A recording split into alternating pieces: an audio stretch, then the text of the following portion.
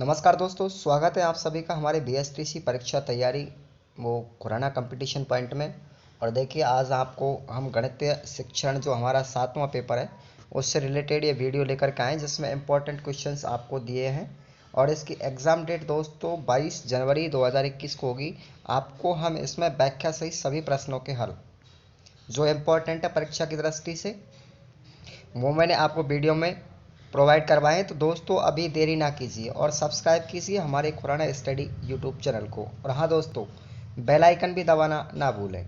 ठीक है दोस्तों, और ऑल पर प्रेस करेंगे तो आपको सारी वीडियो के नोटिफिकेशन मिल जाएंगे। चलिए बात करते हैं हम उन महत्वपूर्ण प्रश्नों की जो आपको हमने वीडियो में दिए हैं। सबसे पहले हम आपको विकल्प वाले प्रश्नों के बारे में बात करेंगे। ऑब्जेक्टिव है। फर्स्ट क्वेश्चन देखिएगा, इंट्रोडक्शन टू मैथमेटिकल फिलोसॉफी के लेखक कौन है? ये पुस्तक लिखी थी उन्होंने, इंट्रोडक्शन टू मैथमेटिकल फिलोसॉफी।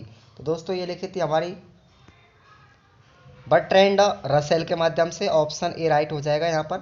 उसके बाद सेकंड क्वेश्चन देखेंगे, भारत में गणित का विकास किस विषय में रुचि के कारण विकसित हुआ था? तो आंसर होगा हमारा खगोल विद्या के कारण। अगला क्वेश्चन है हमारा नंबर 3, पूर्व मध्यकाल 500 ईसा पूर्व से लेकर के 400 ईसा पूर्व तक उसका प्रमुख गणित ग्रंथ कौन सा है? तो दोस्तों ये मध्यकाल के पूर्व मध्यकाल के तीनों ही ग्रंथ हैं, स्थानांक सूत्र, भगवती सूत्र और आरोग्य अनुयोग द्वारा सूत्र, यानी उपयुक्त सभी हमारा राइट आंसर हो जाएगा डी ऑप्शन राइट। उसके बाद में क्वेश्चन नंबर 4 है, गोले के पृष्ठतल का शुद्धमान एवं पाई का मान होता है दोस्तों 22/7। ये किस ग्रंथ की देन है? तो दोस्तों राइट आंसर होगा इसका महासिद्धांत। याद रखें, आपको इंपॉर्टेंट क्वेश्चंस वीडियो में दिए जा रहे हैं, आप पढ़ के जाए, पूरी तरीके से पास हो जाओगे श्योरली। 60 नंबर के पेपर में से आपको 24 नंबर ही लेकर के आने हैं। ये क्वेश्चन 2019 में आया है। 5वां, त्रिकोणमिति में व्युत्क्रम ज्या का प्रयोग सर्वप्रथम किसने किया था? तो दोस्तों आर्यभट्ट ने किया था, ये भारत के महान गणितज्ञ थे। उसके बाद अगला क्वेश्चन है हमारा 6वां, निम्नलिखित में से किस सभ्यता में 60 पर आधारित स्थानीय मान जिसको बोलते हैं सेक्सागेसिमल अंक प्रणाली का प्रयोग किया गया था? तो दोस्तों वो बेबीलोन सभ्यता के अंतर्गत प्रयोग किया गया था। ऑप्शन सी राइट हो जाएगा। क्वेश्चन नंबर 7वां है, भारतीय गणित के इतिहास का शुभारंभ निम्नलिखित में से किस ग्रंथ से माना जाता है? तो राइट आंसर होगा दोस्तों ऋग्वेद के अंतर्गत भारतीय गणित के इतिहास का शुभारंभ किया गया था, ऋग्वेद के अंतर्गत ये जानकारी मिलती है। उसके बाद में अगला क्वेश्चन है 8वां, गणित से संबंधित प्रमुख कृति है सूर्य प्रज्ञप्ति, चंद्र प्रज्ञप्ति। ये किस धर्म से संबंधित है? तो दोस्तों जैन धर्म से संबंधित है। ऑप्शन ए राइट हो जाएगा। अगला क्वेश्चन 9वां, गणित सार संग्रह के रचनाकार कौन है? तो आपको बिल्कुल रटना है महावीर आचार्य। ध्यान रखें, आप गौर से पढ़ते जाएं मेरे साथ साथ पेपर को। ठीक है, देखिएगा अगला क्वेश्चन गाइस, निम्नलिखित में से किस काल को भारतीय गणित का स्वर्णिम युग कहा जाता है? तो ऑप्शन यहाँ पर सी हो जाएगा, मध्यकाल को कहा जाता है, और जिसकी अवधि है 400 ईसा पूर्व से लेकर के 1200 ईसा पूर्व तक। ऑप्शन सी राइट हो जाएगा। अगला क्वेश्चन है, देखिएगा, निम्नलिखित में से कौन सा देश शून्य का आविष्कारक है? तो सबसे पहले शून्य की खोज दोस्तों भारत के अंतर्गत हुई थी और वो आर्यभट्ट ने की थी। अगला क्वेश्चन 12वां, अंक गणित के प्रमुख ग्रंथ गणित कौमुदी की रचना किसके द्वारा की गई थी? तो दोस्तों याद रखना, गणित कौमुदी की रचना सम्राट जगन्नाथ के माध्यम से की गई थी। अगला क्वेश्चन है 13वां, रेखा गणित की वर्तमान शब्दावली निम्नलिखित में से किस पुस्तक पर आधारित है? तो दोस्तों रेखा गणित पर ही आधारित है। ऑप्शन ए राइट हो जाएगा। अगला क्वेश्चन 14, भारत ने अपने प्रथम अंतरिक्ष उपग्रह का नाम किस गणितज्ञ के नाम पर रखा है? तो दोस्तों गणितज्ञ है वो आर्यभट्ट के नाम पर रखा है। ऑप्शन डी राइट हो जाएगा। उसके बाद 15वां क्वेश्चन, निम्नलिखित में से किस गणितज्ञ ने लघुत्तम समावर्त का आधुनिक नियम प्रतिपादित किया था? यानी लहसे का जो नियम है सबसे पहले दोस्तों महावीर आचार्य ने ही प्रतिपादित किया था। ऑप्शन सी राइट हो जाएगा। अगला क्वेश्चन है, ज्यामिति का जन्मदाता किसे कहा जाता है? तो ज्यामिति का जन्मदाता थेल्स को कहा जाता है। ऑप्शन सी राइट हो जाएगा। 2017 में आया हुआ क्वेश्चन है। थेल्स याद रखें, बिल्कुल रट लें, थेल्स के माध्यम से ज्यामिति का उत्पादन किया गया था।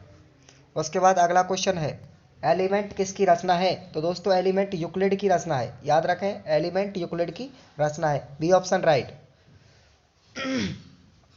अगला क्वेश्चन है, निम्नलिखित में से किस संख्या पद्धति में शून्य के लिए कोई चिन्ह निर्धारित नहीं किया गया है? तो दोस्तों मिश्र संख्या पद्धति के अंतर्गत जीरो के लिए कोई भी चिन्ह निर्धारित नहीं किया गया है। अगला क्वेश्चन, संकेत के आधार पर संख्या पद्धति को कितने प्रकारों में बांटा गया है? तो यहाँ पर 3 प्रकारों में बांटा गया, ऑप्शन ए राइट हो जाएगा। अगला क्वेश्चन देखते जाए दोस्तों, गौर से पढ़ते जाए मेरे साथ साथ। अंतर्राष्ट्रीय स्तर पर मान्य संख्यांकन पद्धति कौन सी है? तो इंपॉर्टेंट पद्धति दोस्तों हिंदू अरबिक संख्या पद्धति, ऑप्शन डी राइट हो जाएगा। क्वेश्चन नंबर 21वां, 20 आधार वाली संख्या पद्धति कौन सी है? तो जिसमें आधार 20 माना जाता है तो दोस्तों मायांकन पद्धति है, जिसको हम माया पद्धति, माया संख्या पद्धति के नाम से भी जानते हैं, ऑप्शन सी राइट हो जाएगा। अगला क्वेश्चन देखिए, बहुत ही इंपॉर्टेंट है, 2019 में आ गया है। सिद्धांत शिरोमणि के लेखक कौन है? तो दोस्तों याद रखना भास्कराचार्य द्वितीय, भास्कराचार्य द्वितीय, ऑप्शन डी हो जाएगा यहाँ पर। उसके बाद अगला क्वेश्चन देखेंगे आप, न्यूटन के गुरुत्वाकर्षण सिद्धांत को भास्कराचार्य ने क्या नाम दे रखा था? तो उसका नाम था दोस्तों धारणिकात्मक शक्ति, ऑप्शन बी धारणिकात्मक शक्ति दिया था। 24वां, गणित ऐसी अमूर्त व्यवस्था का अध्ययन है जो अमूर्त तत्वों से मिलकर बनी है, इन तत्वों को मूर्त रूप से परिभाषित किया गया है, उक्त कथन किसका है? तो दोस्तों याद रखें मार्शल एच स्टोन का, मार्शल एच स्टोन का है, बिल्कुल कन्फर्म याद रख ले, मार्शल एच स्टोन का है याद कथन। अगला क्वेश्चन देखिए, किसने गणित को बालकों के मन मस्तिष्क में तर्क करने की आदत स्थापित करने का रास्ता बनाया है? तो दोस्तों इसका आंसर होगा लॉक। लॉक एक मनोवैज्ञानिक थे, उन्होंने बालकों के मन मस्तिष्क में तर्क करने की आदत स्थापित करने का रास्ता बनाया था, तो ऑप्शन बी यहाँ पर राइट हो जाएगा। अगला क्वेश्चन देखिए, किसने गणित को सभी विज्ञानों का सिंहद्वार और कुंजी बताया है? तो रोजर बेगन इसका राइट आंसर हो जाएगा दोस्तों। रोजर बेगन ने गणित को सभी विज्ञानों का सिंहद्वार और कुंजी कहा है। गणित विज्ञान है ये किसने बताया था, किसका है?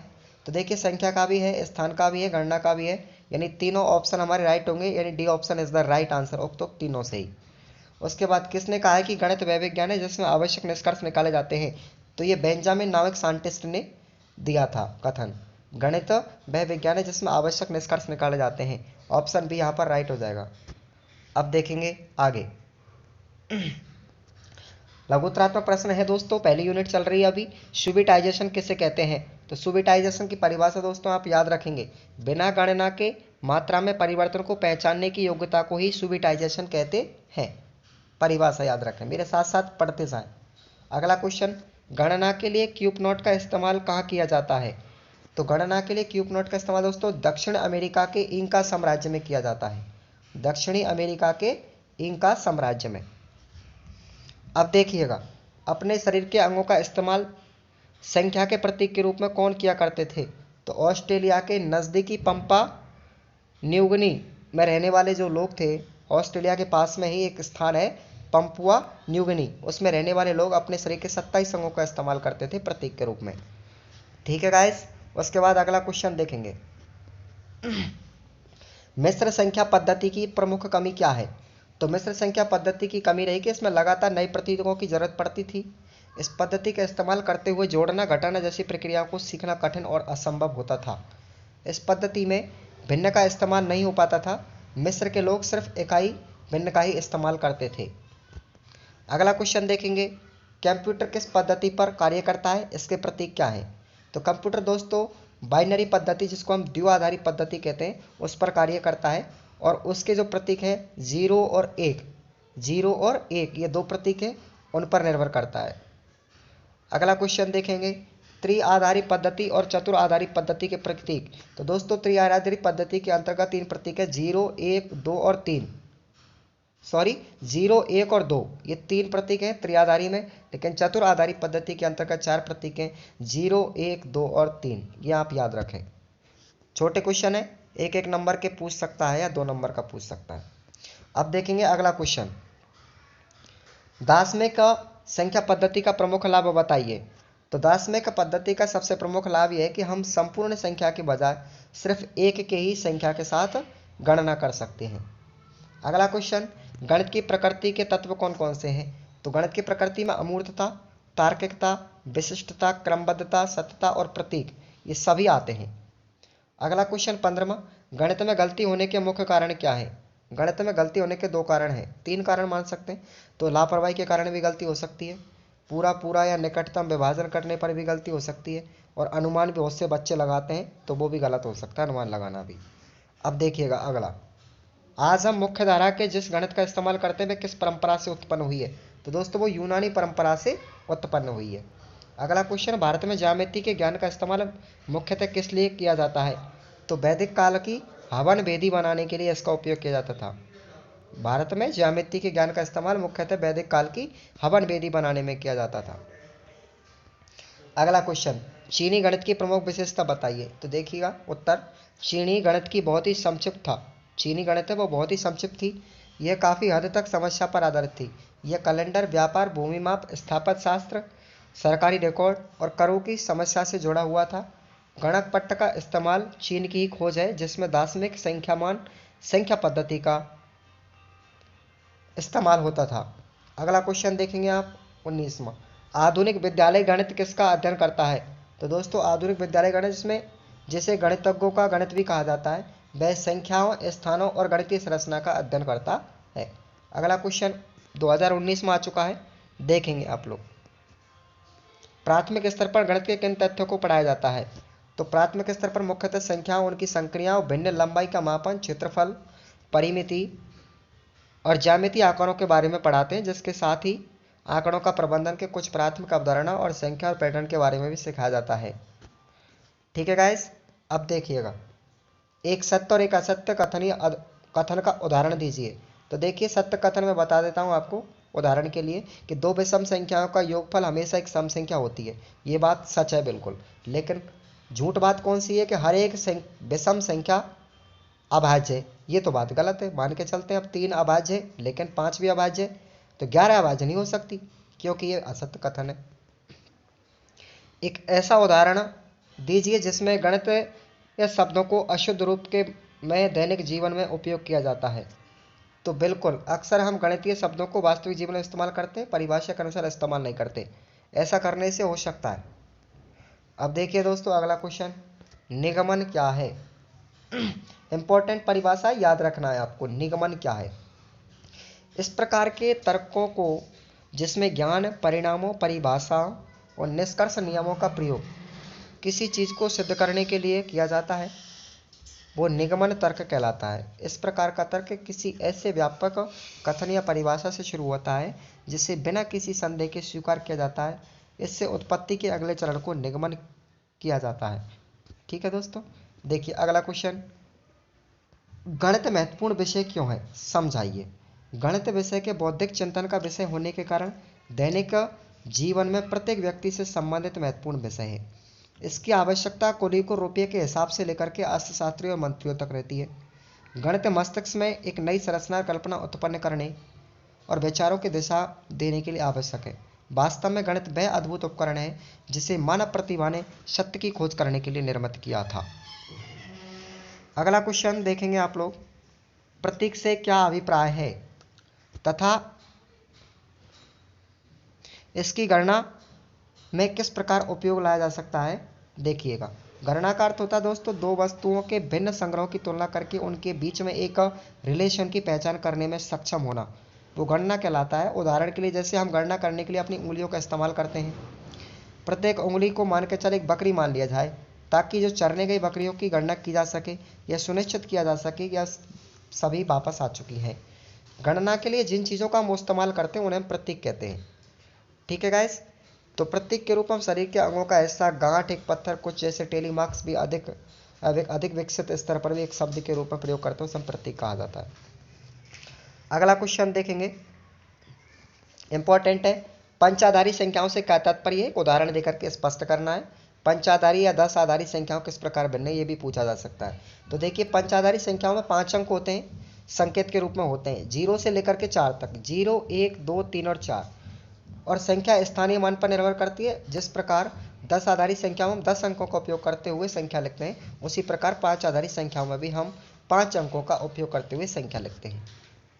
अब एग्जाम्पल की अगर हम बात करें इसकी, तो देखिएगा यहाँ पर आपको 10 आधारी संख्याओं में 1234 को विस्तारित रूप में सबसे पहले लिखा जाएगा।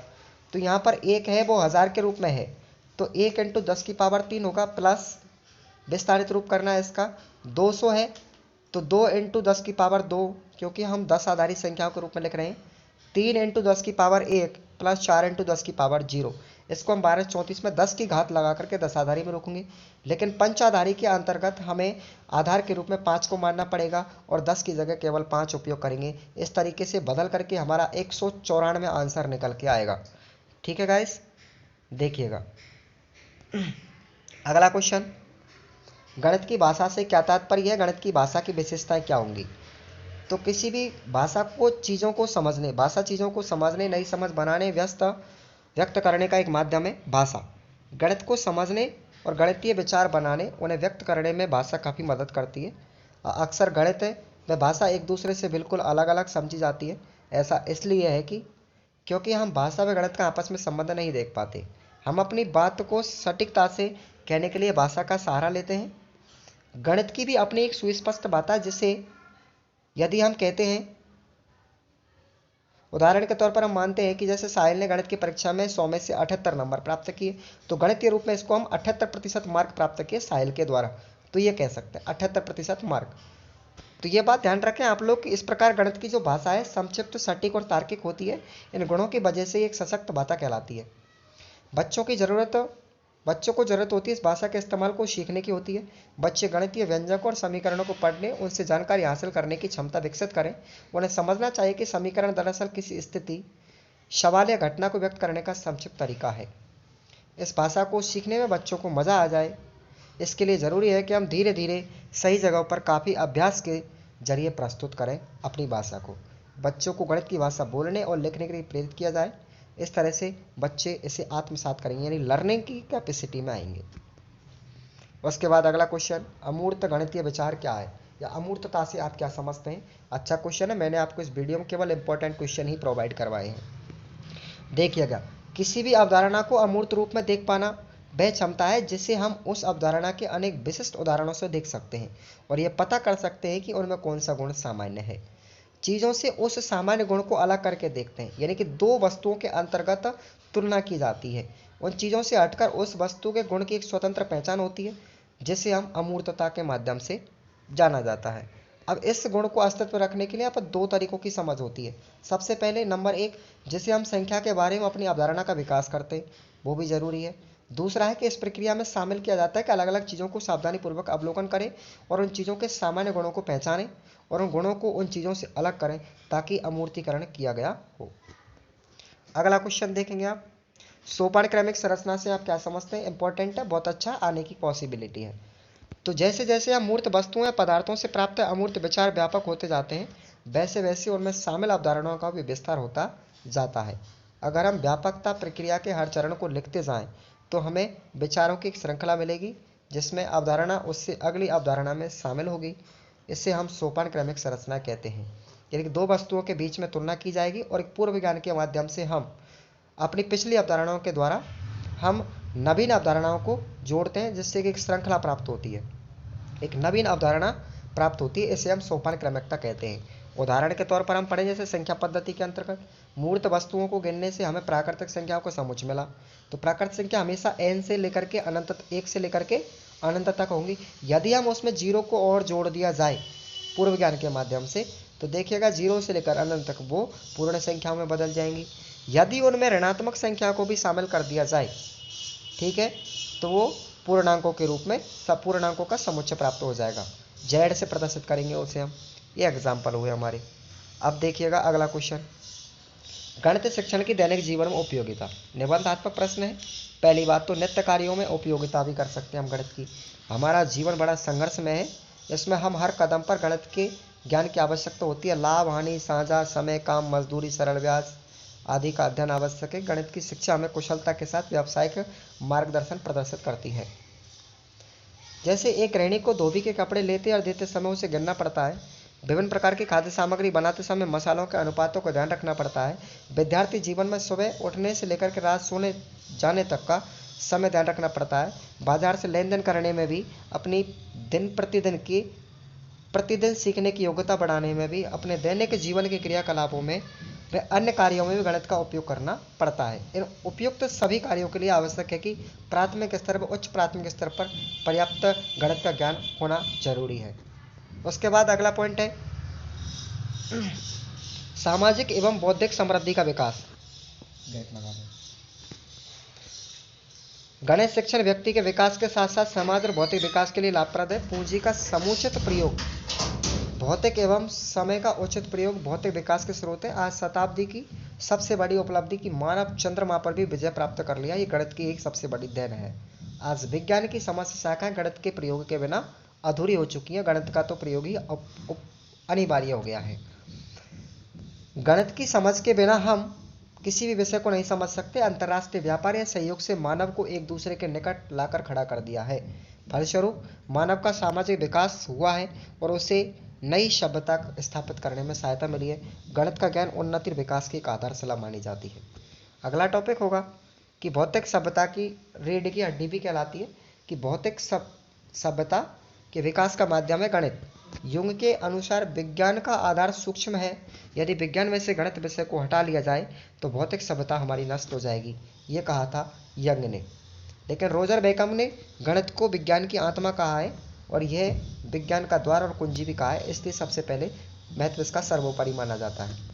अगला पॉइंट होगा सांस्कृतिक समृद्धि का विकास। हागवेन महोदय के अनुसार गणित सभ्यता का दर्पण है। यदि हम आदि सभ्यता पर चिंतन करें तो ज्ञात होगा कि मानव संस्कृति और गणित का विकास प्राय एक साथ साथ हुआ था। इसे समझाने के लिए गणित का ज्ञान आवश्यक है। ज्यामिति शिक्षण से बालकों की कलात्मक प्रवृत्तियां जागृत होती हैं और अध्यापक को गणित शिक्षण से पूर्व निम्नलिखित बातों का ध्यान रखना आवश्यक है। देखिएगा, जैसे छात्रों को कला के विभिन्न कारणों द्वारा गणित के सांस्कृतिक मूल्यों को समझना। दूसरा पॉइंट है कि छात्रों को यह समझाया जाए कि वे मानव सभ्यता के निर्माण में सहायक है। तीसरा है कि इस प्रकार की शिक्षा प्रदान करना चाहिए छात्रों के अवकाश के क्षणों के लिए उपयोगी हो। ठीक है दोस्तों, अगला कुछ पॉइंट है इसका तर्कसंगत क्रमबद्ध व्यावहारिक गुणों का समावेश एवं विकास। तो पढ़ेंगे आप, देखिएगा। गणित शिक्षण छात्रों को सोचने, विचारने, तार्किक ढंग से सोचने, तथ्यात्मक ढंग से हल निकालने हेतु प्रेरित करता है।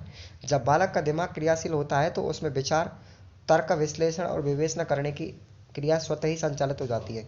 इस प्रकार की क्रियाओं में वह बालक का बौद्धिक विकास होता है। बालक में आत्मविश्वास जागृत होता है और वह आत्मनिर्भरता की ओर अग्रसर होता है। अगला पॉइंट है चारित्रिक मूल्य स्थापित करने में गणित की उपयोगिता। अब देखिएगा, चारित्रिक मूल्य में किस प्रकार उपयोगी है। मानव की अच्छी आदतें हो उसके चरित्र का आधार बताती है। गणित की शिक्षा मानव में उन्हीं आदतों को बनाती है जो विकास करती है। गणित का विद्यार्थी प्रारंभ से सत्य और असत्य का अंतर स्पष्ट जान लेता है। गणित का अध्ययन करता स्पष्ट वक्ता होता है। यह शुद्धता को सीखता है। विद्यार्थी में निरंतर नियमित रूप से कार्य करने की भावना को पुष्ट करता है। इस प्रकार गणित का पाठक इन गुणों का विकास करते हुए चारित्रिक मूल्यों में श्रेष्ठ प्राप्त कर लेता है। अवकाश का सदुपयोग भी किया जा सकता है। अवकाश के क्षणों में छात्र विभिन्न पहेलियों, विभिन्न क्रियाकलापों का अध्ययन कर विषय को सरल बनाते हैं। गणित के रोचक और प्रभावकारी शिक्षण द्वारा छात्रों के समय का समुचित उपयोग करना सिखाया जाता है ताकि विषय रोचक बन सके। अगला क्वेश्चन देखेंगे आप लोग। गणित की व्यापकता एवं बाहुल्यता पर टिप्पणी लिखिए। यह गणित का क्षेत्र व्यापक है, इस कथन को स्पष्ट कीजिए। निबंधात्मक प्रश्न है। देखिएगा, गणित का क्षेत्र बड़ा व्यापक है। आकाश से लेकर पाताल की गहराई तक गणित का विस्तार है। गणित की व्यापकता और बहुलता को ध्यान से देखते जाइए आप कि गणित ज्ञान का बहुत ही कठिन हिस्सा है जो कि अमूर्त है और अपनी प्रकृति में स्वयं सिद्ध है। इसमें तर्क द्वारा वक्तव्यों को स्वीकृत या अस्वीकृत किया जाता है तथा अपने दिमाग में ही संख्याओं, रूपों, संरचनाओं और स्थान के बारे में सवाल करते हैं, उनके उत्तर खोजते हैं। हालांकि गणित का कुछ हिस्सा इस रूप में विकसित है कि उनका ज्ञान ही दूसरी शाखाओं के माध्यम से भी इस्तेमाल किया जाता है, जैसे भौतिक विज्ञान है, अर्थशास्त्र, अभियांत्रिकी आदि में। कुछ के लिए गणित का मतलब है कि वित्तीय लेन देन, आय का लेखा जोखा, जमीन की माप, कृषि उत्पाद की नाप तोल, अनुमान, कर आदि की गणना के लिए भी उपयोग किया जाता है। गणित के साथ साथ उनका जो रिश्ता है वो व्यवहार उन्मुखी है, वास्तविक जिंदगी की परिस्थिति से जुड़ा हुआ है। अंक और मापों के साथ इस तरह से रिश्ते का एक पुराना इतिहास है जहाँ शासक कृषि उत्पादों पर कर लगाने और संपत्ति विवादों को हल करने के लिए इसका उपयोग करते थे। यह कल्पना आसान है कि संख्या पर आधारित चारों संक्रियाओं के लिए किए जाने वाला लोक व मानक कलन तथा शीघ्र व बारंबार की जाने वाली गणनाओं के लिए प्रयुक्त कोई अन्य तरीका उन लोगों के लिए महत्वपूर्ण है जो इस तरह से गणित से जुड़े हुए हैं। कुछ लोगों के लिए गणित उनके पेशे के साथ जुड़ा हुआ है, जैसे कला, संगीत, कठपुतली निर्माण, काष्ठकला, सिलाई, मिट्टी के बर्तन बनाना, कृषि, पाक कला, फेरी का काम। इस तरह अन्य गतिविधियों में गणित का अविभाज्य अंग होता है।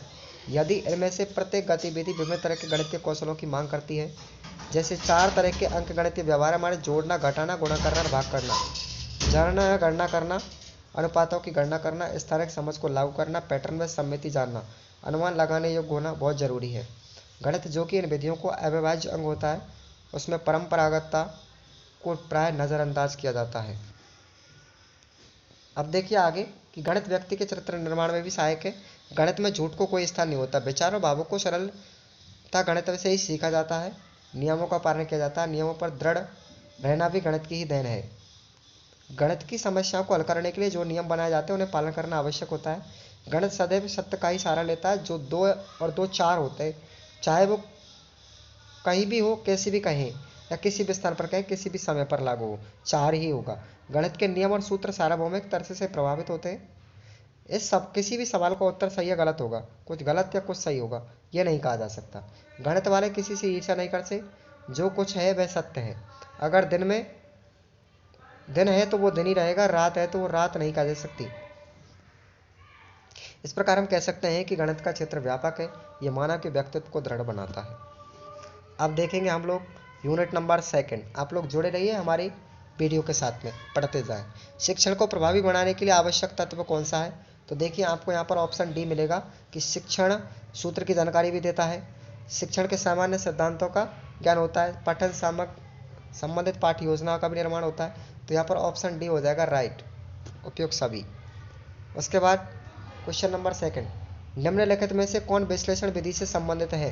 तो विश्लेषण का मतलब होता है दोस्तों ज्ञान का विखंडन करना, और संश्लेषण का मतलब होता है ज्ञान का संकलन करना। तो आपको विश्लेषण पूछा गया है, ज्ञान का विखंडन करना है। ज्यामिति की समस्याओं को हल करने के लिए निम्नलिखित विधि का प्रयोग अध्यापक को करना चाहिए। तो ज्यामिति की समस्याओं को हल करने के लिए दोस्तों हमेशा ध्यान रखें आप, वो विश्लेषण विधि उपयुक्त होती है सूत्रों के द्वारा। विश्लेषण विधि का प्रयोग किन परिस्थितियों में किया जाता है? तो देखो किसी भी साध्य को हल करने में हो सकता है, रेखा गणित में किसी रचना को कर सकते हैं, अंक गणित में किसी नवीन समस्या को हल करने के लिए।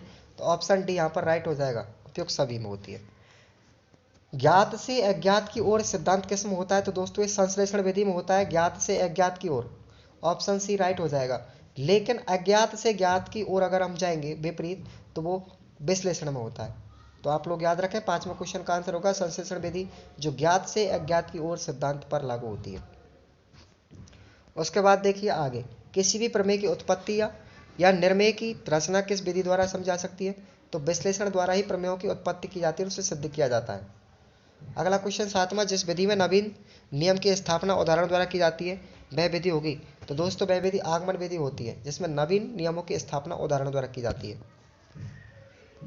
जिस शिक्षण विधि में नियमों का सहारा लिया जाता है वो होती है निगमन विधि। ठीक है, निगमन बिल्कुल संश्लेषण का थोड़ा मिलता जुलता रूप आप लोग याद रखें। निगमन विधि का उपयोग किया जाता है सूत्रों का प्रयोग करने के लिए। अब देखिएगा अगला क्वेश्चन, रेखा गणित की भी किसी भी साध्य या थ्योरम को हल करने के लिए किस विधि का उपयोग किया जाता है? आगमन निगमन विधि का प्रयोग किया जाता है। अगला क्वेश्चन इंपॉर्टेंट है, 2015 में ग्रामीण परिवेश के बालकों द्वारा भाग्य के प्रश्नों को गुणवत्तापूर्ण तरीके से हल करने में प्रयोग की जाने वाली विधि तो होगी आंशिक भागफलन विधि। आंशिक भागफलन विधि द्वारा गुणवत्तापूर्वक तरीके से भाग को किया जा सकता है। अगला क्वेश्चन है सामान्य से विशिष्ट की ओर, तो दोस्तों वो निगमन के अंतर्गत होती है। अगला क्वेश्चन, पहले उदाहरण देना, उदाहरणों के आधार पर निष्कर्ष निकालना, यह संबंधित है आगमन विधि से। पहले उदाहरण दिए जाएंगे, उदाहरणों के आधार पर निष्कर्ष निकालेंगे, तो वो आगमन विधि से संबंधित है। अगला क्वेश्चन, गणित विषय में खेल और मनोरंजन का महत्व यह है कि इससे गणित के प्रति रुचि जागृत होती है। ऑप्शन डी राइट हो जाएगा। अगला क्वेश्चन देखेंगे 15वां, बालक किस खेल में बल और दूरी से संबंध का ज्ञान करता है? तो वो गुल्ली डंडा। 16वां क्वेश्चन, गणित की चारों मूलभूत क्रियाओं जोड़ बाकी गुणा भाग का ज्ञान कराया जाता है, तो खेलों के माध्यम से हो सकता है, रोलेत भी हो सकती है, गोली डंडा है, सांप सीढ़ी है। तो यहाँ पर ऑप्शन डी राइट हो जाएगा, उपयुक्त सभी। खेल विधि का प्रमुख दोष क्या है? तो दोस्तों ये लक्ष्य से भटक जाते हैं, बहुत से बच्चे खेल में ज़्यादा ध्यान दे देते हैं और पढ़ाई से विमुख हो जाते हैं, तो लक्ष्य से भटकना। ऑप्शन डी राइट हो जाएगा। खेल विधि की विशेषता क्या है? तो दोस्तों छात्रों की सक्रियता में सहायक होती है। खेल विधि में बच्चे बढ़ चढ़ करके भाग लेते हैं। Option A right. उसके बाद में देखेंगे व्यवहारवाद के जनक कौन है। तो व्यवहारवाद के जनक दोस्तों बार्टसन और स्किनर है। ऑप्शन बी यहाँ पर राइट हो जाएंगे। इसके अतिरिक्त मैं आपको बता रहा हूँ, तो जो महावीर आचार्य हैं वो गणित के हैं, गणितज्ञ हैं ये फिलहाल में। उसके बाद अरस्तु और प्लूटो, ये दोनों प्रकृतिवाद में गुरु चेले माने जाते हैं। तो आपको व्यवहारवाद के जनक में बार्टसन और स्किनर, ऑप्शन बी राइट हो जाएगा। अब देखिएगा अगला क्वेश्चन 20वां, बालकों को वृत्त का क्षेत्रफल प्रकरण समझाने की सर्वोत्तम विधि। तो दोस्तों निगमन विधि होगी, उसमें पाई आर स्क्वायर वृत्त का क्षेत्रफल होता है, ये याद रखें। तो ये निगमन विधि के अंतर्गत आता है। अब देखिएगा गणित विषय में सूत्रों की स्थापना करने के लिए उपयुक्त विधि है दोस्तों संश्लेषण विधि के अंतर्गत सीधे ही सूत्रों का उपयोग करके हम सवाल को हल करते हैं, समय की बचत करने के लिए, लेकिन बच्चे के अंतर्गत ज्ञान स्थायी नहीं होता है। आगे क्वेश्चन अगला है 22वां, गणित शिक्षण के संदर्भ में व्यवहारवादी उपायों का मुख्य केंद्र बिंदु होता है शिक्षक।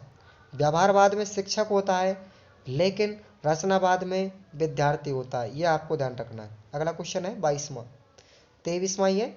तो गणित शिक्षण में व्यवहारवादी उपागम केंद्र बिंदु शिक्षक को मानते हैं। व्यवहारवादी शिक्षक केंद्रित विधि अपनाते हैं, लेकिन रचनावादी शिक्षक उपागम में केंद्र बिंदु विद्यार्थी होता है। दोस्तों यहाँ पर ऑप्शन ए हो जाएगा 23वें में, और इस पे 22 में भी ऑप्शन ए। व्यवहारवाद में शिक्षक केंद्रित होती है, रचनावाद में विद्यार्थी केंद्रित होती है। बच्चे पहले बिना क्रम की संख्या बोलता है, 1 2 5 7 आदि। यह स्थिति किस स्तर पर आती है? तो ऑर्डिनेशन पर आती है दोस्तों ये, ठीक है। ये पियाजे के 3 स्तर है, ऑर्डिनेशन, कोऑर्डिनेशन और कंजर्वेशन। आपको अगले क्वेश्चन आगे बताएंगे, उनमें आएंगे, आपको ध्यान से पढ़ते जाए। अब देखिएगा सामाजिक माहौल के महत्व को सर्वप्रथम किस बाल मनोवैज्ञानिक ने प्रस्तुत किया था? तो सामाजिक माहौल के आधार पर बाल मनोवैज्ञानिक थे वो थे वायोगत्स्की। वायोगत्स्की जो साइंटिस्ट थे वो सामाजिक माहौल पर आधारित थे, ऑप्शन डी। अगला क्वेश्चन है खुली कक्षा कक्ष विधि से शिक्षण प्रक्रिया का आधार किस बाल मनोविज्ञान के कार्यों से प्राप्त हुआ? तो दोस्तों इसका राइट आंसर होगा जीन पियाजे। ये खुली कक्षा कक्ष विधि है, उनके शिक्षण कार्यों के आधार पर बनाई गई थी, जीन पियाजे। उसके बाद में अगला क्वेश्चन इंपॉर्टेंट है, यथार्थवादी गणित की शिक्षा मूलतः किस राष्ट्र से विकसित हुई? तो दोस्तों याद रखना नीदरलैंड से हुई थी, लेकिन कहाँ पर हुई थी ये भी अगला क्वेश्चन आ रहा है कि गणित शिक्षण अधिगम की एक विधि आरएमई है, उसको विकसित सबसे पहले कहाँ किया गया था? तो प्रूडेंथल संस्थान है, वो नीदरलैंड के अंतर्गत है, ऑप्शन डी, वहां पर की गई थी आरएमई की खोज। अब देखिएगा आरएमई किस प्रकार की अधिगम प्रक्रिया है? तो दोस्तों ये बाल केंद्रित अभिप्रक्रिया है, ऑप्शन ए राइट हो जाएगा। उसके बाद में अगला क्वेश्चन, पाठ्य योजना की मुख्य भूमिका शिक्षक के लिए इंपॉर्टेंट होती है दोस्तों, शिक्षक ही पाठ्य योजना बनाए, और पाठ्य योजना का पूर्व ज्ञान पर आधारित होती है, वो प्रस्तावना होती है, प्रस्तावना का मूल आधार होता है दोस्तों, आपको याद रखना है। अगला क्वेश्चन मैं आपको नहीं बताऊंगा, तो प्रस्तावना पर आधारित मूल आधार होता है, वो पूर्व ज्ञान होगा। अब देखेंगे अगला क्वेश्चन, निबंध लघुत्रात्मक है, इंपॉर्टेंट है दोस्तों क्वेश्चन भी। शिक्षण विधियों को प्रभावित करने वाला कौन कौन से 2 नंबर का पूछा जा सकता है। तो पहला पॉइंट है विषय वस्तु की प्रकृति होनी चाहिए, कैसी है? गणित शिक्षण के उद्देश्य और लाभ क्या है, लक्ष्य क्या है? गणित पाठ्यचर्या कैसी है? शिक्षक से संबंधित कारक कौन कौन से हैं, और विद्यार्थी से संबंधित कारक कौन कौन से? ये 5 पॉइंट है शिक्षण विधियों को प्रभावित करने वाले कारक। अगला क्वेश्चन देखिएगा, प्राथमिक स्तर पर गणित में सामान्यतः रूप से किन शिक्षण विधियों का प्रयोग किया जाता है? तो यहाँ पर 4 शिक्षण विधियाँ हैं, आप रट लें, संश्लेषण विश्लेषण, आगमन निगमन विधि, खेल विधि और समस्या समाधान विधि। आपको इसके बारे में आगे विस्तृत से जानकारी बताएंगे। अगला क्वेश्चन, गणित शिक्षण की योजना बनाने में कौन कौन से बिंदुओं पर ध्यान रखा जाता है? तो गणित की योजना बनाते समय कौन कौन से बिंदु आते हैं? तो 10 बिंदु हैं, आपको याद रखना है। 18वें क्वेश्चन है, तो सबसे पहले गणित की पाठ्यचर्या पर ध्यान देंगे। उसके बाद गणित की प्रकृति। तीसरा है गणित शिक्षण के लक्ष्य और उद्देश्य, बच्चों को क्या सिखाना है, उसकी विषय वस्तु क्या है? गणित सीखने की विधियाँ कौन कौन सी हैं? बच्चे गणित कैसे सीखते हैं? अगला है सीखने का क्रम क्या होगा? उसके बाद समय सीमा और कितने समय में निर्धारित लक्ष्य प्राप्त करना है? उसके बाद अधिगम मूल्यांकन के तरीके क्या होंगे? और लास्ट में होगा दोस्तों योजना क्रियान्वयन के लिए उपलब्ध संसाधन कौन कौन से हैं, ये याद रखने। अगला क्वेश्चन है अधिगम प्रक्रिया के चुनाव करने में ध्यान देने योग्य बातें कौन कौन सी हैं? तो 5 बातें आपको याद रखना है। नंबर 1, अधिगम प्रक्रिया पूर्व ज्ञान पर आधारित होनी चाहिए। दूसरा, समय का चुनाव करते समय समय पर भी ध्यान देना चाहिए। अगला है उपलब्ध संकलित वस्तुओं और शिक्षण सामग्री का ध्यान रखना आवश्यक होगा। अगला है यह उद्देश्यों की प्राप्ति में सहायक हो। उसके बाद चुनाव बालकों के द्वारा ही होना चाहिए जिसमें बालक अधिक क्रियाशील रहते हैं। ये चुनाव अधिगम प्रक्रिया के चुनाव में ध्यान देने पाते हैं। अगला क्वेश्चन देखेंगे आप लोग, गणित का एक पाठ पढ़ाते समय छात्र निष्क्रिय बैठे हैं, शिक्षण की दो कमियां कौन कौन सी हैं? तो देखेंगे आप लोग, पहला हो सकता है कि उचित शिक्षण विधि का उपयोग नहीं किया जाए तो बच्चे निष्क्रिय हो सकते हैं। दूसरा है अधिगम सामग्री की सटीकता और विषय वस्तु का रोचक नहीं होना, तो बच्चे निष्क्रिय हो सकते हैं। अपेक्षित स्थानीय पर्यावरण का सदुपयोग न करना, तो बच्चे निराश हो सकते हैं। और शिक्षक द्वारा छात्रों की सहभागिता न लेना, ये इत्यादि 4 पॉइंट है, याद रखना है। अगला क्वेश्चन देखिएगा, पाठ्य योजना के निर्माण में कौन कौन सी सावधानी रखनी चाहिए? सबसे पहले तो पाठ्य योजना के विभिन्न भागों में समन्वय रहना चाहिए, है ना, कोरिलेशन आना चाहिए एक दूसरे से, पूर्व ज्ञान के साथ साथ विभिन्न विषयों के पाठ की योजना अलग अलग होनी चाहिए, उन्हें उप इकाइयों में बांट देना चाहिए। फिर पाठ्य योजना में पाठ से संबंधित ज्ञान देने का प्रयत्न करना चाहिए। ये 3 सावधानियां आपको रखनी है। उसके बाद अगला क्वेश्चन, पाठ की प्रस्तावना में अंतर्निहित किन्हीं 2 अपेक्षाओं का उल्लेख कीजिए। पहली अपेक्षा देखेंगे आप, पाठ के प्रसंग के अनुसार कुछ प्रश्नों द्वारा किसी चित्र के माध्यम से बालक की मानसिक क्षमताओं को ध्यान में रखकर पूर्व ज्ञान के आधार पर अध्यापक अपने पाठ की प्रस्तावना करता है। और प्रश्नों में क्रमबद्धता और तारतम्यता भी होनी चाहिए। ये 2 बिंदु हैं। उसके बाद पाठ योजना बनाने में 2 उपयोग, पाठ योजना बनाने के 2 उपयोग क्या हैं? तो देखिएगा, दैनिक पाठ योजना द्वारा शिक्षक को सफल शिक्षण के लिए पूर्व विचार और चिंतन का अवसर मिलता है, पहला पॉइंट। दूसरा है शिक्षण कार्य में क्रमबद्धता और नियमितता आती है, इसके द्वारा शिक्षण को उद्देश्य पूर्ण बनाया जा सकता है। अगला क्वेश्चन है लघुत्रात्मक, देखेंगे अच्छी शिक्षण विधि की क्या विशेषताएं हो सकती हैं? तो यहाँ पर पहली विशेषता होती है कि अच्छी शिक्षण विधि वैज्ञानिकता और वस्तुनिष्ठता पर आधारित होती है। अगला पॉइंट है अच्छी शिक्षण विधि अध्यापकों को आवश्यक और अनावश्यक का भान करवाती है। तीसरा पॉइंट है अच्छी शिक्षण विधि विद्यार्थियों को स्व अध्याय हेतु प्रेरित करती है। अच्छी शिक्षण विधि छात्रों में तर्क चिंतन शक्ति पैदा करने में सक्षम होती है। अच्छी शिक्षण विधि सह उद्देश्य शिक्षण को सजीव बनाने वाली होती है। आगे यह छात्रों में कार्य करने के प्रति लगाव उत्पन्न करती है। अगला है अच्छी शिक्षण विधि छात्रों को प्रजातांत्रिक आधार पर विविध प्रकार के अवसर उपलब्ध करवाती है। 8वां है इसके माध्यम से छात्रों में सामाजिकता के गुण विकसित किए जा सकते हैं। और अंतिम 9वां है अच्छी शिक्षण विधि से सद नागरिकता के गुणों का विकास होता है। तो ये यहाँ पर अच्छी शिक्षण विषय की विशेषता हो गई। आगे सवाल अगला है, ये इंपॉर्टेंट है दोस्तों, जीन पियाजे का संज्ञानात्मक अवधारणा से सीखने के सिद्धांत को परिवर्तित कीजिए, या पियाजे के ज्ञान स्तर कौन कौन से? तो दोस्तों पियाजे के अनुसार संख्याओं का ज्ञान बच्चे 3 स्तरों पर करते हैं। पहला ऑर्डिनेशन यानी क्रमिकता, कोऑर्डिनेशन सहसंबंध, और कंजर्वेशन संरक्षण। तो पहला देखेंगे आप, पहले बिना क्रम के संख्या बोलता है, 1, 5, 7, 2 कुछ भी बोल सकता है। इस स्थिति में बच्चे को संख्या के क्रम का बोध नहीं होता है, धीरे धीरे वह क्रम से गिनना सीखता है, और इस क्रिया को हम ऑर्डिनेशन कहते हैं। उसके बाद में कोऑर्डिनेशन यानी वस्तुओं के बीच में सहसंबंध बनाता है। इस स्तर पर बच्चे संख्या के अनुरूप वस्तुओं को गिनना और उनको अलग करना सीख लेते हैं। इस प्रकार बच्चे मूर्त वस्तुओं की सहायता से गिनना सीख जाते हैं, उसे हम कोऑर्डिनेशन कहते हैं। उसके बाद में अगला है कंजर्वेशन। देखिएगा कंजर्वेशन यानी संरक्षण। तो इस स्तर पर बच्चे वस्तुओं के अलग अलग समूह में वस्तुओं को गिनना सीख जाते हैं और संख्या की समझ भी विकसित हो जाती है। संरक्षण का सिद्धांत कहता है कि किसी भी वस्तु की मात्रा उस वस्तु के आकार और परिवर्तन करने अथवा वस्तु को हिस्से टुकड़ों में विभाजित करने पर उसका कोई प्रभाव नहीं पड़ता है, वो संरक्षित रहता है। उसके बाद में खेल विधि के गुण और दोष इंपॉर्टेंट है। अब विधियां चालू होती है। मैंने आपको 4 विधि बताई थी, उन विधियों में से सबसे पहले पढ़ेंगे हम खेल विधि। तो खेल विधि के गुण और दोष देखिएगा, गुण कौन कौन से हैं? ये एक मनोवैज्ञानिक विधि है। खेल में बच्चों की स्वाभाविक रुचि होती है तथा वह खेल आत्म प्रेरणा से खेलने लगता है। इस विधि द्वारा पढ़ाने से बच्चों के सर्वांगीण विकास में सहायता मिलती है। यह विधि करो और सीखो यानी लर्निंग बाय डूइंग के सिद्धांत को पालन करती है और अभ्यास से पूर्णता की ओर ले जाती है। इसमें छात्र शिक्षा प्राप्ति में स्वयं सक्रिय रूप से भाग लेता है। उसके बाद में इस विधि में गणित के नियम क्रियाओं से संबंधित व्यावहारिक ज्ञान प्राप्त किया जाता है। यह ज्ञान दैनिक जीवन में उपयोगी और स्थायी होता है, लंबे समय तक टिका रहता है, जिससे छात्रों में आत्मविश्वास की वृद्धि होती है, छात्रों में प्रतिस्पर्धा की भी भावना पनपती है। ठीक है दोस्तों, आगे देखेंगे। इस विधि में शिक्षण है वो खेल खेल में करने से छात्रों में अध्ययन के प्रति रुचि उत्पन्न होती है और उन्हें थकान का अनुभव नहीं होता।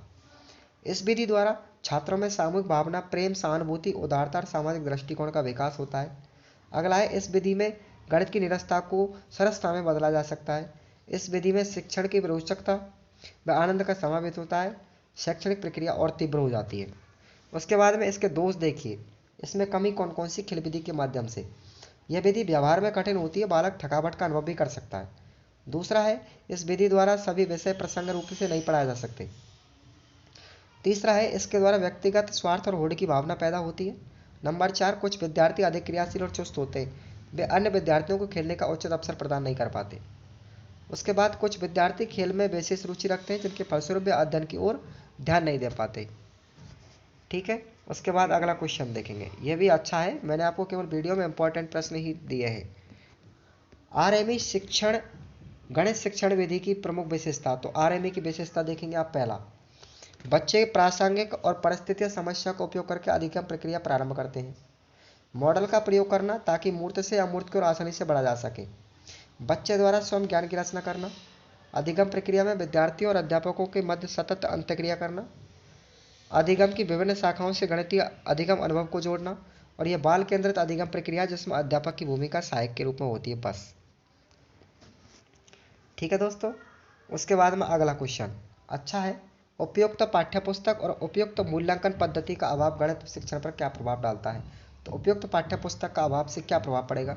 उचित पाठ्यपुस्तक व कार्य पुस्तिका के अभाव में पाठ्यपुस्तक के प्रस्तुतिकरण का रोचक व आकर्षण न होने के कारण प्राथमिक स्तर पर गणित के प्रति बच्चों में रुझान उत्पन्न नहीं किया जा सकता।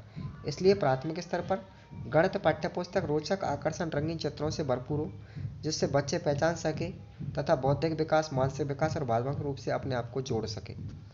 उसके बाद में उपयुक्त मूल्यांकन का अभाव। मूल्यांकन उचित मूल्यांकन पद्धति द्वारा सफल शिक्षण के लिए शिक्षण प्रक्रिया के साथ साथ अधिगम अनुभव का मूल्यांकन करना भी आवश्यक है। मूल्यांकन करने पर ही पता चलता है कि बच्चे का अधिगम स्तर कैसा है, उसने क्या सीखा है, उसकी अधिगम समस्या क्या है, उन समस्या को दूर कैसे किया जा सकता है। इन प्रश्नों के उत्तर मूल्यांकन के पश्चात ही मिलता है। मूल्यांकन के अभाव में गणित शिक्षण अप्रभावी होगा। अगला क्वेश्चन सबसे इंपॉर्टेंट दोस्त इस वीडियो का, अभिक्रमित अवधारणा अनुदेशन की उपयोगिता का उल्लेख कीजिए। अभिक्रमित अनुदेशन क्या है। तो अभिक्रमित अनुदेशन एक ऐसी शिक्षण विधि है जिसमें बच्चों को अधिगम प्रक्रिया के केंद्र में रखा जाता है। बच्चा स्वयं की गति से खोजबीन करके गणितीय अवधारणाओं को सीखता है व जांच करता है। इसमें बच्चे अपनी क्षमता का कौशल व क्षमता के अनुरूप अधिगम अनुभव प्राप्त करते हैं। अभिक्रमित अधिगम में विधि में बच्चों को सीखने के लिए पाठ्यपुस्तक को मनोवैज्ञानिक क्रम में प्रस्तुत किया जाता है। बच्चों को सीखने के लिए किसी न किसी रूप में अनुक्रिया करनी ही पड़ती है और अनुक्रिया की जांच तुरंत की जाती है और उनकी अनुक्रिया सही है अथवा गलत। सही होने पर बच्चे को आत्मविश्वास होता है, जबकि अभिक्रमित अनुदेशन में व्यवहारगत परिवर्तन लाने के लिए समुचित अधिगम परिस्थितियां उत्पन्न की जा सकती हैं। उसके बाद में प्रोसेसिंग मॉडल से आपका क्या अभिप्राय है या सीखना क्या चीज़ है। देखिए, इस मॉडल के मुताबिक सीखने का मतलब है कि निर्देशों की एक श्रृंखला जिसे याद करके पालन करना होता है। इसमें माना जाता है कि सीखना टुकड़ों में होता है, थोड़ा थोड़ा करके होता है। इसमें यह भी माना जाता है कि सभी बच्चे एक ढंग से ही सीखते हैं, हो सकता है कि रफ्तार अलग अलग हो। लिहाजा जो बच्चे नहीं सीख पाए उनके लिए करना सिर्फ इतना है कि उसे प्रोग्राम्स या निर्देश श्रृंखला पर कुछ उदाहरण और लेकर के कुछ और समय देकर के उन्हें पढ़ाया जाए, और यह नज़रिया प्रोग्राम मॉडल कहलाता है। अगला क्वेश्चन देखेंगे आप, वार्षिक योजना का अर्थ क्या है। इसके निर्माण में ध्यान देने योग्य 4 बातें। तो वार्षिक योजना का अर्थ शिक्षण कार्य की योजना जो अध्यापक द्वारा अपनी दैनिक डायरी में सत्र पर्यंत तक शिक्षण कार्य और अन्य कार्यों की रूपरेखा जो तैयार की जाती है उसे हम वार्षिक योजना कहते हैं। दोबारा देखें आप कि शिक्षण कार्य की योजना अध्यापक के द्वारा अपनी दैनिक डायरी में पूरे साल के जो क्रियाकलाप की रूपरेखा बनाई जाती है उसे हम वार्षिक योजना कहते हैं। अब इसके बनाने के लिए क्या क्या बातें ध्यान रखनी चाहिए देखेंगे। इस योजना को सत्र के प्रारंभ होने के समय तैयार करना चाहिए। इस योजना में गणित पाठ्यक्रम को पूरे वर्ष में इस प्रकार क्रियान्वित करना चाहिए कि पाठ्यक्रम को कितने इकाइयों में बांटना है, प्रत्येक इकाई में किन धारणाओं को शामिल करना चाहते हैं, बच्चों के पूर्व ज्ञान का स्तर क्या है, उनकी पृष्ठभूमि क्या है, आपके शिक्षण अधिगम के लक्ष्य और उद्देश्य क्या है जिससे आप वर्ष के अंत तक प्राप्त करना चाहते हैं, इकाइयों का क्रम क्या होगा, प्रत्येक इकाई को पूर्ण करने में कितने समय की आवश्यकता होगी, उपलब्ध संसाधन क्या है। इन सब प्रश्नों का उत्तर जो वार्षिक शिक्षण अधिगम योजना है उसके अंतर्गत लिखे जाते हैं। अब बात है कौन कौन सी ध्यान रखनी चाहिए, देखेंगे। सत्र भर के कार्य दिवसों की गणना कर लेनी चाहिए सबसे पहले। उसके बाद वर्ष के कुल दिवसों का अवकाश, वार्षिक परीक्षा, अर्धवार्षिक परीक्षा, इन दिवसों को कम कर देना चाहिए। उसके बाद कक्षा के लिए निर्धारित गणित के समस्त पाठ्यक्रमों को विभिन्न इकाइयों में बांट लेना चाहिए। इकाइयों को उप इकाइयों में बांटेंगे, उप इकाइयों को पाठों में विभाजित कर लेंगे। अगला है किस किस मास में क्या पढ़ाना है और ये भी निर्धारित कर लेना चाहिए। ये 4 बातें वार्षिक योजना बनाते समय अध्यापक को ध्यान रखनी होंगी। उसके बाद अगला है एक, यहाँ पर आपको इकाई योजना बनानी है, एक लेसन प्लान बनाना है, इकाई योजना की रूपरेखा। तो देखेंगे किस तरीके से बनाएंगे। सबसे पहले एक रूपरेखा बनाएंगे। तो सबसे पहले नंबर पे आपको 10 बातें याद रखनी है। इकाई का नाम लिखना है सबसे पहले। एग्जाम्पल के जैसे मैंने मापन किया, लंबाई का मापन इकाई का नाम है। उद्देश्य लिखना है। अब इसमें उद्देश्य आएंगे मापन के अवधारणात्मक क्रियात्मक पहलुओं से परिचय करना और समझ विकसित करना। उप इकाई नंबर 1 में मैंने लंबाई के अमानक इकाइयों की अवधारणा बनाई और उप इकाई नंबर 2 में मैंने लंबाई के मानक इकाइयों की अवधारणा बनाई। उसके बाद है आपकी इकाई के लिए आवश्यक कालांश कितने लगाए, 8। अमानक के लिए 3 कालांश और मानक के लिए 5 कालांश। समय अवधि दोस्तों लिखना है 40 मिनट। उसके बाद 7वां पॉइंट आएगा शिक्षण योजना, इकाई योजना का क्रियान्वयन आप किस तरीके से पढ़ाएंगे। तो ऐसे क्रियाकलापों का चुनाव करेंगे आप जिसमें बच्चों की सक्रिय भागीदारी सुनिश्चित करें। लंबाई के मानक और अमानक इकाइयों से संबंधित अधिगम अनुभव के अवसर उपलब्ध करवाने चाहिए।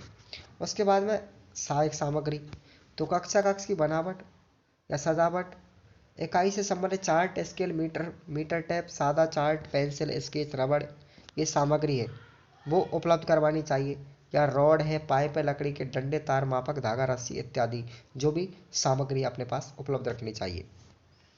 उसके बाद में सतह पे व्यापक मूल्यांकन की रूपरेखा, बच्चों द्वारा अर्जित ज्ञान का मूल्यांकन तरीके होने चाहिए करने के, जैसे अवलोकन कर सकते हैं, लिखित द्वारा कर सकते हैं, मौखिक द्वारा कर सकते हैं, क्यूज द्वारा, चित्रांकन, वास्तविक जीवन की समस्या समाधान, प्रायोगिक इत्यादि द्वारा शिक्षण अधिगम प्रक्रिया के दौरान एकीकृत हम व्यापक मूल्यांकन कर सकते हैं। उसके बाद में निदानात्मक और उपचारात्मक शिक्षण योजना बनानी चाहिए। देखेंगे इसमें क्या होता है कि शिक्षण प्रक्रिया के दौरान मूल्यांकन प्रक्रिया साथ साथ चलती है। मूल्यांकन परिणाम के आधार पर निदानात्मक उपचारात्मक योजना बनाना आवश्यक है। जैसे कोई बच्चा 1110 लिखता है तो उसको 1110 लिखना है, उसका स्थानीय मान संबंधी अवधारणाओं को स्पष्ट करने के लिए उपचारात्मक योजना बनानी चाहिए कि वो गलत लिख रहा है या सही लिख रहा है। अगला क्वेश्चन देखेंगे आप, बड़ा क्वेश्चन है निबंधात्मक। प्राथमिक स्तर पर काम आने वाली किन्हीं जो विधियां मैंने आपको बताई, 2 विधियों के नाम बताइए। यस, तो देखेंगे पहली विधि, यहाँ पर 4 विधियां हैं, विश्लेषण, संश्लेषण, आगमन, निगमन, खेल विधि और समस्या समाधान विधि। हम चारों का ही विस्तार से वर्णन करेंगे। देखेंगे सबसे पहले आगमन विधि क्या है। आगमन का अर्थ होता है प्रत्यक्ष उदाहरणों, अनुभवों, प्रयोगों के माध्यम से निष्कर्षों पर पहुंचना, आगमन कहलाता है। यह एक ऐसी शिक्षा प्रणाली जिसमें उदाहरणों की सहायता से सामान्य नियमों का प्रतिपादन किया जाता है, आगमन शिक्षण विधि कहलाती है। दोबारा से देखें कि आगमन करता है प्रत्यक्ष उदाहरणों, प्रयोगों और अनुभवों के आधार पर निष्कर्ष निकालना। इस प्रणाली के अंतर्गत उदाहरणों की सहायता से नियमों का प्रतिपादन किया जाता है और यह हमेशा विशिष्ट से सामान्य की ओर और स्थूल से सूक्ष्म की ओर आगे बढ़ती है। इस प्रक्रिया के अंतर्गत 4 पद होते हैं। पहला उदाहरण होता है, उदाहरण देंगे, उसके बाद निरीक्षण करेंगे, उसके बाद नियमनीकरण और फिर परीक्षण करेंगे। आवश्यक उदाहरण प्रस्तुत कैसे करेंगे। सर्वप्रथम हमें विशेष उदाहरण और विशिष्ट स्थितियों की सहायता से निरीक्षण, प्रयोग अथवा नाप कर तथ्यों और आंकड़ों का संकलन करना होगा। उदाहरणों के आधार पर संभावित नियम निष्कासन करेंगे जिसे हम निरीक्षण कहते हैं। संकलित आंकड़ों तथ्यों की सहायता से निहित जो सामान्य संबंध होते हैं उनको ज्ञात करेंगे। प्रारंभ में कई नियम और संबंधों की संभावना प्रतीत होती है। सिद्ध करना है कि त्रिभुज के तीनों ही अंतःकोणों का योगफल 2 समकोण के बराबर होता है। शायद ये तीनों ही कोणों का योग 2 समकोणों से अधिक है या कम है या फिर बराबर है, ये सब संभावना होती है। उसके बाद अगला क्वेश्चन है, अगला पॉइंट है कि सामान्यीकरण, जैसे हम बोलते हैं नियमनीकरण। तो कई संभावित नियमों अथवा संबंधों के आधार पर एक अंतिम शुद्ध परिणाम पर हम पहुंचते हैं और एक नियम या सूत्र निकल के आता है, तो वो नियमनीकरण हो जाएगा। उसके बाद परीक्षण, कि इन उदाहरणों के माध्यम से हमने जो भी परिणाम निकाला है और जो नियम लागू किया है वो वाकई में उस नियम की खोज हुई है अथवा नहीं हुई है, उसका परीक्षण करना नितांत आवश्यक है। अगली विधि पढ़ेंगे हम निगमन विधि। यह विधि आगमन विधि के बिल्कुल विपरीत है, उल्टी है, पूरक है। इस विधि में अध्यापक छात्रों को पहले से किसी सूत्र या नियम को बता देगा, छात्र अभ्यास द्वारा उस नियम की सत्यता जांचने का प्रयत्न करेगा। इसमें छात्र केवल नियम और सिद्धांत का उपयोग करेगा। यह विधि सामान्य से विशिष्ट की ओर होती है और स्थूल से सूक्ष्म से स्थूल की ओर होती है, बिल्कुल विपरीत हो जाएगी। इसमें बच्चा स्वयं कुछ नहीं करता, परंतु यह आगमन विधि के पश्चात प्रयोग में लाई जाती है। इसका उपयोग अत्यंत महत्वपूर्ण प्रभावशाली होता है। इस विधि का प्रयोग बीजगणित, त्रिकोणमिति सूत्रों का हल करने में किया जाता है। अंक गणित और मेंसुरेशन में इसका प्रयोग किया जाता है। जैसे उदाहरण के तौर पर त्रिभुज के तीनों कोनों के योगफल 180 बालक को बता देते हैं कि छात्र इसकी सत्यता का पता लगाते हैं, सिद्ध करेंगे। उसके बाद जैसे सरल व्याज का ये फॉर्मूला दे दिया, इससे भी आयत का क्षेत्रफल का सूत्र दे दिया, इससे आप प्रश्न हल करेंगे। वृत्त का क्षेत्रफल दे दिया, इससे वृत्त का क्षेत्रफल निकालेंगे। ये आदि सूत्र दे दिए जाते हैं। उसके बाद में अगला है समस्या समाधान विधि। विद्यार्थियों को गणितीय समस्याओं को हल करने के लिए दिया जाता है। विद्यार्थी सीखी हुई गणितीय अवधारणा, प्रक्रिया, नियमों, सिद्धांतों की सहायता से समस्या को हल करते हैं। सामान्य विभिन्न परिस्थितियों व अवसरों से संबंधित होती है। विद्यार्थियों के सीखने के स्तरों और गति के अनुरूप उनके समक्ष समस्या को प्रस्तुत किया जाता है। प्रत्येक समस्या का हल विद्यार्थियों को नए अधिगम अनुभव प्राप्त करना है। अर्जित गणितीय ज्ञान का वास्तविक जीवन की समस्याओं को हल करने के लिए आवश्यक कौशल व दक्षता हासिल करने में समस्या समाधान विधि बहुत ही उपयोगी होती है। अतः शिक्षक विद्यार्थियों के जीवन, उनके परिवेश, दैनिक क्रियाकलापों और पृष्ठभूमि को ध्यान में रख करके समस्या बच्चों के सामने प्रस्तुत करेगा और उन्हें हल करने की प्रक्रिया में उचित मार्गदर्शन भी करेगा। ठीक है, तो ये एग्जाम्पल है, इस पर कोई ध्यान ना दे, दिक्कत नहीं हुई बात। अब देखिएगा, यहाँ पर संश्लेषण और विश्लेषण विधि एक दूसरे की पूरक है, इंपॉर्टेंट क्वेश्चन है। अब देखेंगे सबसे पहले हम विश्लेषणात्मक विधि। विश्लेषण का अर्थ है किसी वस्तु या समस्या को छोटे छोटे टुकड़ों में प्रस्तुत करना या उस वस्तु या समस्या का विच्छेदन करना।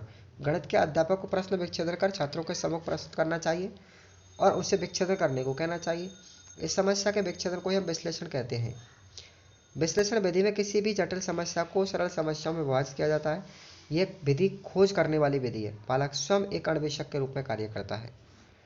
यह विधि वैज्ञानिक दृष्टिकोण पर आधारित है, जिसमें मानसिक शक्तियों का विकास होता है। इस विधि द्वारा तर्क करने का कोई सही रूप में विकास हो जाता है, क्योंकि पद के प्रत्येक तर्क का कारण प्रस्तुत करना होता है। यह विधि अज्ञात से ज्ञात की ओर, निष्कर्ष से अनुमान की ओर होती है। बालक सही ढंग से विचार करने की आदत का निर्माण करता है। अब देखिएगा, ये किन किन समस्याओं को किन किन अवस्थाओं में किया जाता है। अंक गणित में नवीन समस्या को हल करने में, बीज गणित में समीकरण संबंधी प्रश्नों को हल करने में और रेखा गणित के किसी भी थ्योरम को हल करने में। उदाहरण के तौर पर मैंने आपको देखिए उदाहरण दिया है, एक आयत की लंबाई 15 इकाई और चौड़ाई 10 इकाई, तो इसका क्षेत्रफल कैसे करेंगे। सबसे पहले प्रश्न दिया जाएगा, प्रश्न में आयत से संबंधित क्या दिया है, तो लंबाई और चौड़ाई दी गई है। प्रश्न में क्या ज्ञात करना है, क्षेत्रफल दिया गया है, ये ज्ञात करना है। अब तीसरा पॉइंट होगा कि क्षेत्रफल ज्ञात करने के लिए हम क्या करेंगे, तो इन दोनों को लंबाई चौड़ाई को गुणा करेंगे और आयत का सूत्र ज्ञात करने, क्षेत्रफल ज्ञात करने के लिए हम सूत्र का प्रयोग करेंगे। ये हो जाती है हमारी विश्लेषण विधि। अब विश्लेषण विधि के गुण क्या है। इस विधि द्वारा बालक नवीन समस्याओं के समाधान के बारे में सोचता है। बालक की रटने की प्रवृत्ति जागृत नहीं होती है, भूलने पर स्वयं पुनरावृत्ति कर सकता है। बालक की बौद्धिक शक्ति जैसे तर्क, विचार, निर्णय आदि का विकास होता है और यह विधि बालक की क्यों किया गया इस प्रवृत्ति को संतुष्ट करती है। उसके बाद में इसकी सीमाएं, इनकी कमियां क्या हैं, अब देखेंगे आप लोग। विश्लेषण विधि की कमियां, यह विधि समस्या के समाधान में अधिक समय लेती है। बालक को तर्क करने पड़ते हैं, छोटी कक्षाओं में अधिक उपयोगी नहीं है और प्रत्येक समस्या का समाधान संभव नहीं किया जा सकता। ये तो इसकी सीमाएं हो गई। अब पढ़ेंगे संश्लेषण विधि। अगली है संश्लेषण पर ध्यान देंगे, सिंथेटिक मेथड। यह विधि विश्लेषण के विपरीत विधि है। इसमें वास्तविक रूप से इस विधि का कार्य विश्लेषण के पश्चात शुरू होगा। सबसे पहले होगा विश्लेषण, उसके बाद संश्लेषण। तो संश्लेषण का अर्थ होगा किसी वस्तु को छोटे छोटे भागों में जो विभाजित किया उसको पुनः मिला करके अपने ही मूल रूप में परिवर्तित करना, यानी खंडित समस्या या वस्तु को पुनः एकत्रित करके सम्मुख प्रस्तुत करना, वो होती है हमारी संश्लेषण विधि। इस विधि में ज्ञात से अज्ञात होता है, बिल्कुल जस्ट विपरीत होगी विश्लेषण विधि के। वो अज्ञात से ज्ञात की ओर होती है, लेकिन संश्लेषण ज्ञात से अज्ञात की ओर होती है। ये अनुमान के आधार पर निष्कर्ष पर पहुंचते हैं। इस विधि में बालकों की तर्क शक्ति का पूर्ण रूप से विकास नहीं होता, यह केवल तथ्यों की जांच कर सकती है। संश्लेषण का कार्य विश्लेषण के पश्चात ही करना चाहिए। पहले प्रश्न का मौखिक रूप से विश्लेषण कर लेना चाहिए, तत्पश्चात प्रत्येक पद का संश्लेषण करना चाहिए। दोनों ही विधियां एक दूसरे के पूरक है और एक दूसरे पर आधारित होती हैं। तो यहाँ पर आपको एक एग्जाम्पल दिया गया है, जैसे एक वर्ग का क्षेत्रफल 625 वर्ग मीटर है, इसके चारों ओर 15 रुपये प्रति वर्ग मीटर की दर से तार लगवाने का खर्चा क्या होगा। तो विश्लेषण विधि से इसे हल करना है। तो देखिएगा, सबसे पहले आप यह देखेंगे प्रश्न में दिया क्या गया है, उसके बाद ज्ञात करना है क्या है, तार लगाने का खर्चा कुल कितना आ जाएगा, वर्ग की परिमिति कैसे ज्ञात की जा सकती है। ठीक है, तो देखिए इन प्रश्नों को टोटल मिलाकर के जो खंड हो रहे हैं मैंने उन सबको मिलाया, संश्लेषण किया मैंने। सबसे पहले ये देखो संश्लेषण किया, तो वर्ग का क्षेत्रफल क्या है, तो दिया गया है 625 वर्ग मीटर। उसके बाद तार लगाने की दर क्या होगी, 15 रुपये वर्ग मीटर। वर्ग की परिमिति का सूत्र क्या होगा, 4 इंटू भुजा। क्षेत्रफल दिया है, एक भुजा ज्ञात करनी है, तो आपको ये फॉर्मूला लगाना है। सबसे पहले इसका वर्गमूल लेंगे, 25 मीटर आ जाएगा, क्योंकि वर्ग का क्षेत्रफल का फॉर्मूला होता है भुजा स्क्वायर। आप इससे भुजा निकालेंगे, 25 मीटर आ जाएगी। उसके बाद वर्ग का परिणाम ज्ञात करेंगे, 4 से गुणा कर देंगे भुजा को, 100 मीटर आ जाएगा। उसके बाद कुल खर्चा कितना होगा उसका, 100 इंटू 1500 रुपये खर्चा हो जाएगा। इस प्रकार हमारा अवशिष्ट उत्तर प्राप्त हो गया। अब इसकी विशेषताएं क्या होंगी दोस्तों, इस विधि के द्वारा प्रस्तुत हल बालकों के समझ में सहज रूप से आ जाता है। इस विधि में प्रमाण संक्षिप्त और सुंदर ढंग से दिए जाते हैं। इस विधि द्वारा किए गए हल छोटे, क्रमबद्ध और सरल होते हैं। अब देखिएगा सीमाएं कौन कौन सी होंगी। Limitations of the synthetic method, इसमें छात्रों को क्यों और कैसे किया इसका ज्ञान नहीं मिल पाता। इस समस्या का समाधान पूर्णतः इसी विधि द्वारा संभव नहीं है। यह बालक की तर्क, निर्णय और विचार शक्ति का विकास नहीं करती और छात्रों को रटने की प्रवृत्ति को बढ़ावा देती है। तो यहाँ पर एक एग्जाम्पल दिया गया है, देखिए दोनों को कॉम्प्लिकेशन के रूप में हम एक्सपेरिमेंटेशन कर सकते हैं। तो यहाँ पर पहले प्रश्न में क्या दिया हुआ है, पहले दो कंडीशन दी गई है। यहाँ पर वर्ग का क्षेत्रफल और तार लगाने की दर ज्ञात क्या करना है, तार लगाने का कुल खर्चा। तार लगाने का खर्चा हम कैसे निकाल सकते हैं, तो तार की सबसे पहले पूरी लंबाई निकालेंगे, ठीक है, और संपूर्ण लंबाई कैसे ज्ञात करेंगे, हम यहाँ पर जो भुजा निकाली उसको 4 से गुणा करके तार की लंबाई निकाल सकते हैं। अगला क्वेश्चन देखेंगे आप लोग, इन दोनों में डिफरेंट करना है आपको, आगमन और निगमन विधियों की तुलना करनी है। तो हमने विधि तो पूरी पढ़ी ली, अब इनके गुण, दोष सब चीज़ें आ जाएंगी इसके अंतर्गत। तो देखिएगा, यह विधि विशिष्ट से सामान्य और उदाहरणों के नियमों की ओर अग्रसर होती है। निगमन विधि में देखेंगे, यह विधि विशिष्ट की ओर, उदाहरणों नियमों से निगमन विधि सामान्य से विशिष्ट की ओर होगी और नियम से उदाहरण की ओर अग्रसर होगी। आगमन विधि देखिए, इसमें बच्चे स्वयं सक्रिय रहकर नियम या सूत्र का निर्माण करते हैं, जबकि निगमन विधि में बच्चे पहले से ही ज्ञात सूत्र या नियम की पुष्टि करते हैं। अगला पॉइंट है, निगमन विधि में बच्चे नियम की खोज करते हैं और खोजी प्रवृत्ति को प्रोत्साहन करती है, लेकिन निगमन विधि, इस विधि में बच्चे नियम का अनुकरण करते हैं, खोजी प्रवृत्ति का विकास नहीं होता। आगे देखिएगा, इस विधि में अर्जित ज्ञान प्रभावी व स्थायी होता है, इस विधि में अर्जित ज्ञान स्थायी नहीं होता। यह विधि तार्किक सोच को विकसित करती है, लेकिन यह विधि विकसित नहीं कर पाती। यह विधि करके सीखने की प्रवृत्ति को प्रोत्साहन करती है और यह विधि करके सीखने की प्रवृत्ति को विकसित नहीं करती। तो इस प्रकार से बहुत सारे, अब देखिएगा, आगमन विधि है वो विद्यार्थी केंद्रित होती है और निगमन विधि है वो अध्यापक केंद्रित होती है, ये अंतर हो जाते हैं। ठीक है दोस्तों, तो इस प्रकार से हमारा कंप्लीटली पेपर ख़त्म होता है। तो आप लोग का पूरी तरीके से इस पेपर को पढ़ें। हमने आपको व्याख्या सहित कंप्लीटली दोनों यूनिट्स जो इम्पोर्टेंट थी, जो कठिन थी, मैंने उन सबको बताया है। तो दोस्तों मिलते हैं हमारे अगले पेपर के साथ में, तैयारी करते हैं हमारे 25 तारीख जनवरी का जो पेपर होगा उसकी पर्यावरण अध्ययन का। बने रहिए हमारी वीडियो के साथ, इंपॉर्टेंट प्रश्न और भी आने वाले हैं आपको। धन्यवाद।